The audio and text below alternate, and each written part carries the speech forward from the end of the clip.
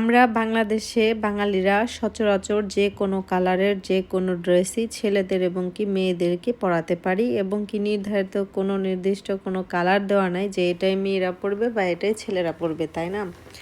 বা স্কুলে বা কলেজে যে কোনো কালারের ড্রেস পরে ছেলে মেয়েরা যেতে পারে, কিন্তু কানাডাতে কিন্তু যে কোনো ছেলে মেয়েদের ক্ষেত্রে একটু আলাদা।